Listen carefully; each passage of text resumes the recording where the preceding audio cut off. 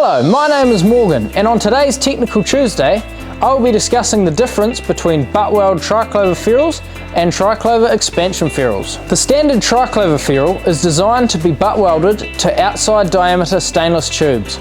We have these in short, medium and long options. A butt welded ferrule can be identified by the smooth internal finish.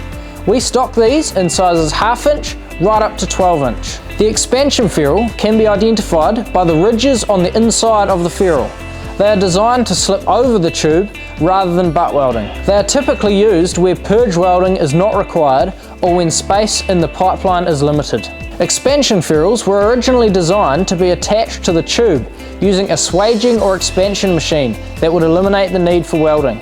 This method is typically not used in New Zealand, but the expansion ferrule is now utilised as a slip-on weld ferrule. We stock expansion ferrules from 1 inch right through to 4 inch, in short and long options. If you have any questions about triclover ferrules or anything else, please get in touch with the crew at the Metal Company, because we make buying stainless steel easy.